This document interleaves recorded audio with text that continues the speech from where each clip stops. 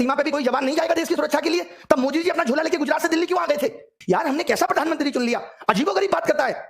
रोटी देने वाला नहीं है कोई माँ बाप को। हर उस एक युवा के आंखों के आंसू से पूछिए जो आज अपने माँ बाप को बूढ़ा होता हुआ देख रहा है और उनके लिए कुछ नहीं कर पा रहा। तो जूते जूते मारते मारते तुम्हारा मुंह का एकदम समोसा बना देंगे।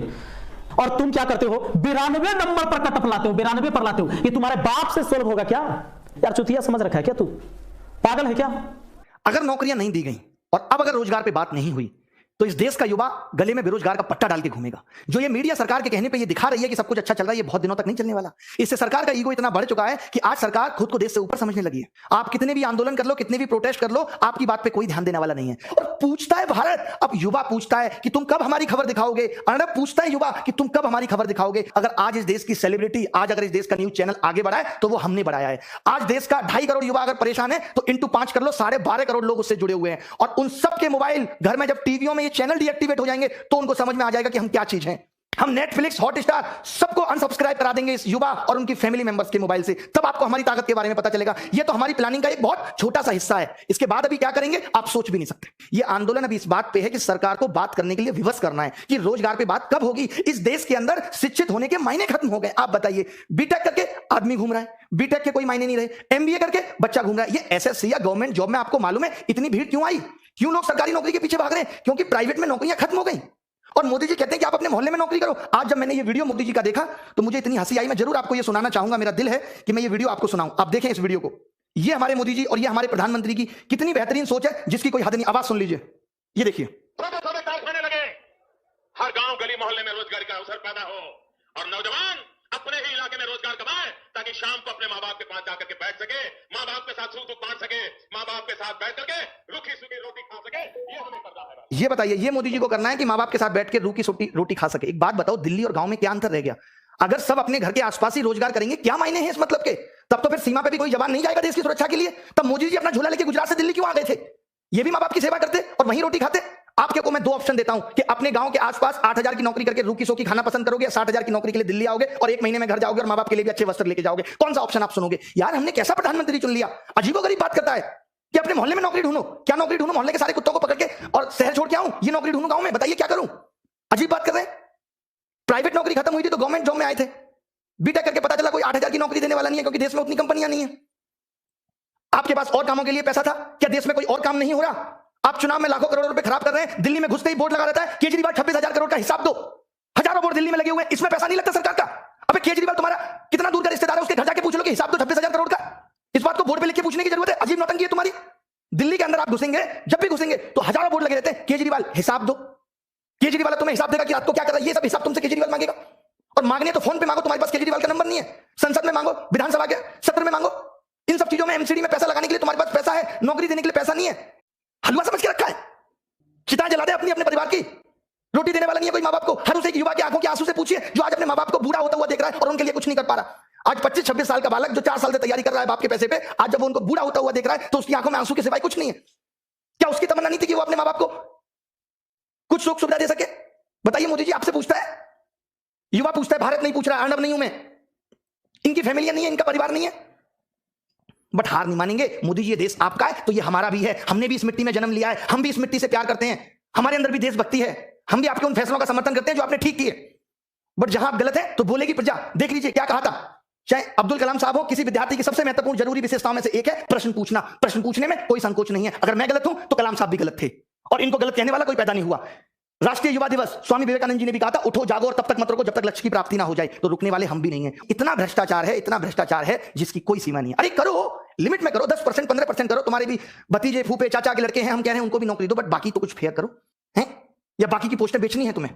मैदान जंग में धांधू आ चुके हैं और जंग का ऐलान हो चुका है। हर हर महादेव, जय महाकाल। एक बार कमेंट ऑप्शन दबा के लाइक और शेयर ठोक दीजिए, जय महाकाल बोल दीजिए। अब मैदान जंग में आ चुके हैं धांसू सर और भैया अब धांसू जंग होगी एकदम। जो है चिंता करने का जरूरत नहीं। अब लौंडे अकेले नहीं है भैया। पहले मैदान जंग में धांसू सर नहीं थे, हमने नौकरी को छोड़ा तो लौंडों के लिए छोड़ा। महाकाल के आशीर्वाद से सौगंध है महाकाल की भैया, एकदम जो है चिंता करने का जरूरत नहीं है। हिंदुस्तान वो देश है भैया जहां पे आप जानते हो प्यार से नहीं मिलता है भैया। अगर आजादी मिली तो लड़के मिली और अगर आपको एनटीपीसी के इस जंग में अगर आपको जीतना है तो भैया लड़ना पड़ेगा महाकाल के आशीर्वाद से। और धांसू सर आपके साथ है भैया। तो मैदान जंग में धांसू सर उतर चुके, इस बात का आगाज कर दीजिए। हिंदुस्तान के कोने कोने में प्यार और इस चैनल के माध्यम से मैं आगाज करता हूं भैया, हम मैदान जंग का हम ऐलान करते हैं कि भैया जल्द ही मैदान जंग में आप लोगों के लिए मैं आ रहा हूं। मेरे प्यारे बच्चों, आपके सपोर्ट के लिए आ रहा हूं भैया, चिंता करने का जरूरत नहीं है। देखो मुझे दुख इसी बात का होता था, 2 साल से मैं पढ़ा रहा था पर मैं आपका सपोर्ट नहीं कर रहा था, दर्द था मेरे सीने के अंदर, वो सारा दर्द आएगा महाकाल के आशीर्वाद से, जंग लड़ूंगा आप लोगों के लिए, चिंता करने का जरूरत नहीं है।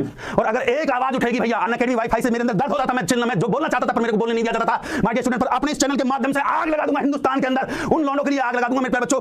और एनटीपीसी के लिए भैया ईंट से ईंट बजा दूंगा भैया, अब क्रांति होगी, अब होगी क्रांति, दबा के लाइक और शेयर ठोक महाकाल के आशीर्वाद से। और लौंडे लिखिए अब होगी क्रांति, एनटीपीसी के लौंडों के लिए धांसू सर आ चुके हैं मैदान जंग में भैया, ऐलान करते हैं जल्दी मैं आपके लिए वो डेट भी लेकर आऊंगा, जिस डेट पे मैं धरना प्रदर्शन शुरू कर दूंगा आप लोगों के लिए मेरे प्यारे बच्चों। और आप सब एकजुट होकर इस आंदोलन में मेरा साथ देंगे भैया।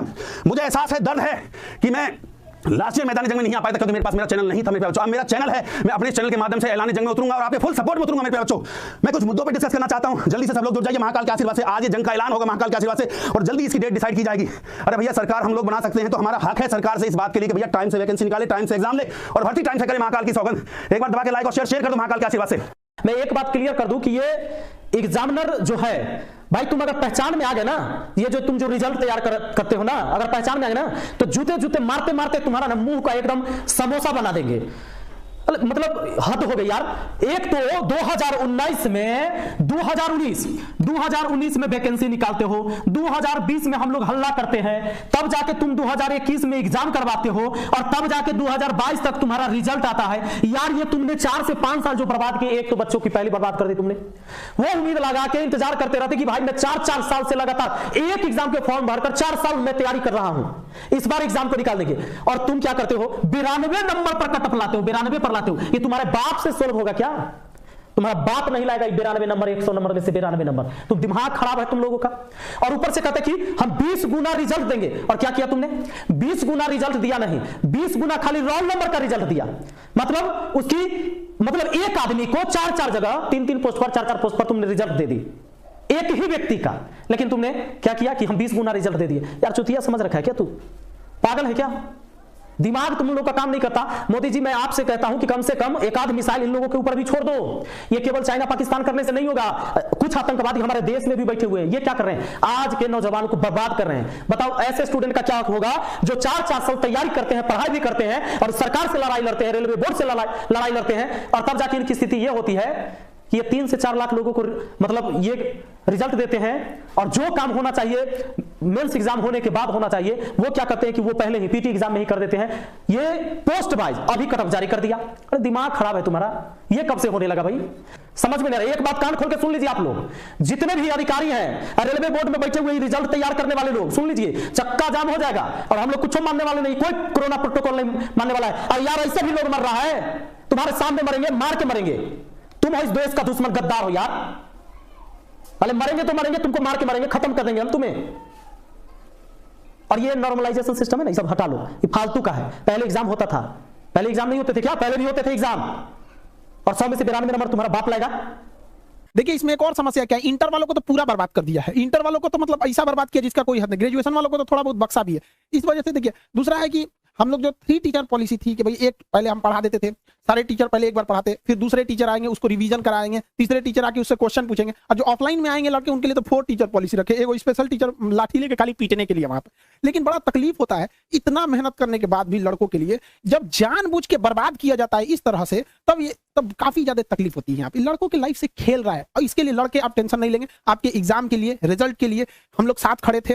आपका जब फोटो रिजेक्ट किया था, जो काले लड़के थे उनका फोटो रिजेक्ट कर दिया था, 4-4.5 लाख लड़कों का, 3 महीना लड़ा आदमी, लेकिन रिजल्ट वापस लेके आया था, उनका मॉडिफिकेशन लिंक। इसको भी सुधारा जाएगा। और एक स्टूडेंट क्या कह रहा था कि सर आप हम लोग के लिए आवाज उठाइए। यार तुम्हें बोलना पड़ेगा कि स्टूडेंट के लिए आवाज उठाएं। हम किस समय आपकी आवाज नहीं उठाएं? जब भी आपके साथ कोई समस्या होगी हमेशा आपके साथ खड़े रहेंगे, हमेशा आपके हक के लिए आवाज उठाएंगे। और जिस दिन खान सर आपके लिए आवाज नहीं उठाएं, उस दिन समझ जाइए कि ऊपर वाले ने खान सर को उठा लिया। हम लोग बहुत जल्दी इसको वेल तरीके से सारे टीचर्स के साथ हम भी सबको कॉल कर रहे हैं कि आगे क्या रणनीति है, इसको कैसे सुधारा जाएगा, सुधार के हम लोग लिया जाएगा।